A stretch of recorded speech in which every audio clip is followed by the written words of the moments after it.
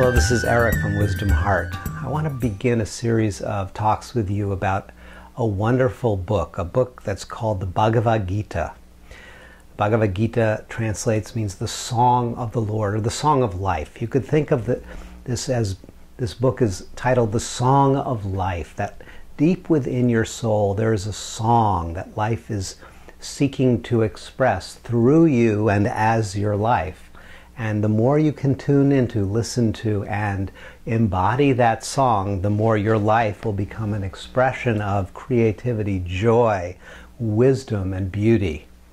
And this text, the Bhagavad Gita, I have several of them here, several translations. I love collecting Gitas. This text, the Bhagavad Gita, is a core text of the yogic tradition.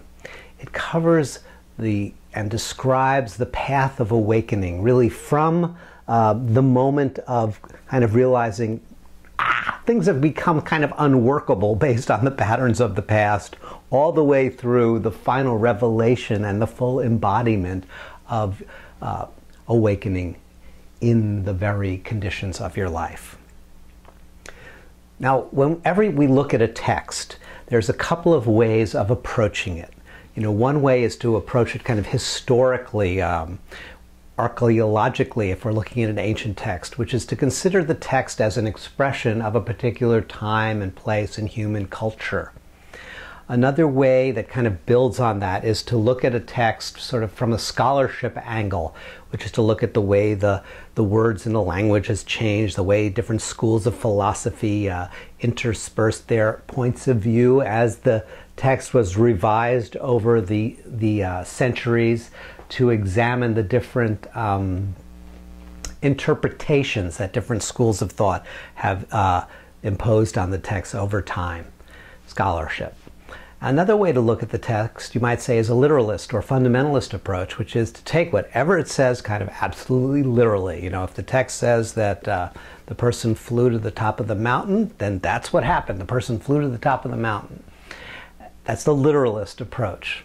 And the fourth way is the symbolic or spiritual approach. And that's the one I'm preferring and the one I want to engage with you around, which is to approach the teachings in the text as a mirror. By looking into the text as a mirror, you begin to see your own mind, your own emotions, your own conditioning, and you begin to see the pathway towards freedom, towards liberation.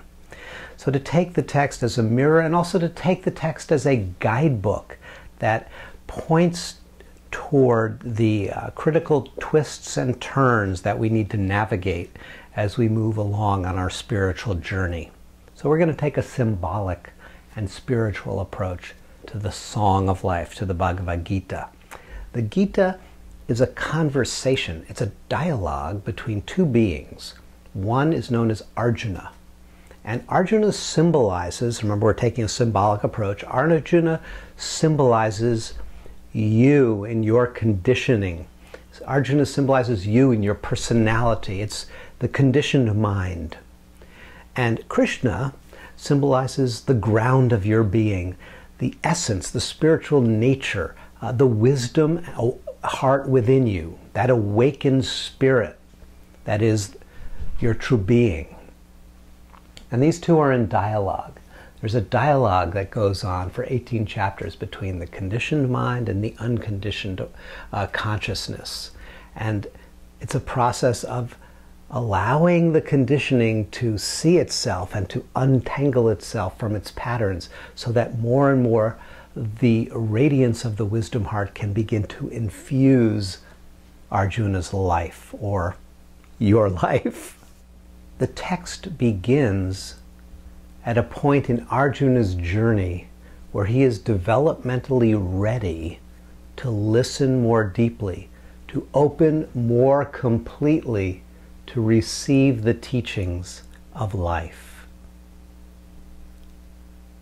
And that's the place what I want to start with you, because there's probably right now a place in you, a part of you within your own psyche, within your own soul, that is ready to have a deeper conversation, that is longing to more fully embody the radiance of existence, to listen more clearly and to receive the guidance of life. And more than likely there's a part, or maybe more than one part of you that's like, I'm not so sure about that. I'm not sure if I'm ready. I'm not even sure what it means. And I have a little concern about what it might mean to open up, to receive the wisdom of life.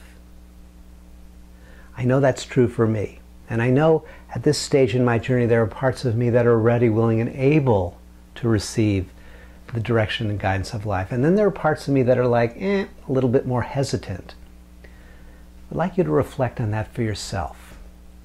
Where in you, what places in you are ready to open? And what does it feel like when you're connected to those parts of yourself? And what places in you are still not certain, are still hesitant, are still unconvinced that it would be safe to really release? As we begin our conversation about the Gita, it's important that we begin by telling the truth about our own current situation. We'll pick up this conversation in the next video.